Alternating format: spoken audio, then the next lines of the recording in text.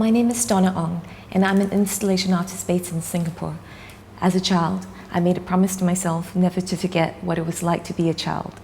That world of wonder, imagination, and never-ending possibility. My work is about keeping that promise.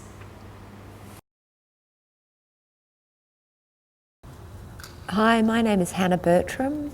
I'm an Australian artist currently undertaking a PhD in fine art at the University of Melbourne. In my practice, I use seemingly worthless materials and transform them into decorative temporary installations. In particular, I'm interested in dust, which is the final deterioration of all matter in the universe, including ourselves.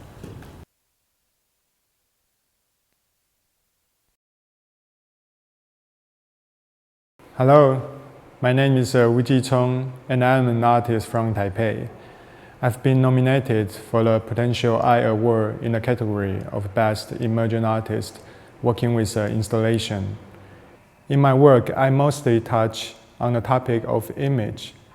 My inspiration is both Oriental and Western traditional painting and image media.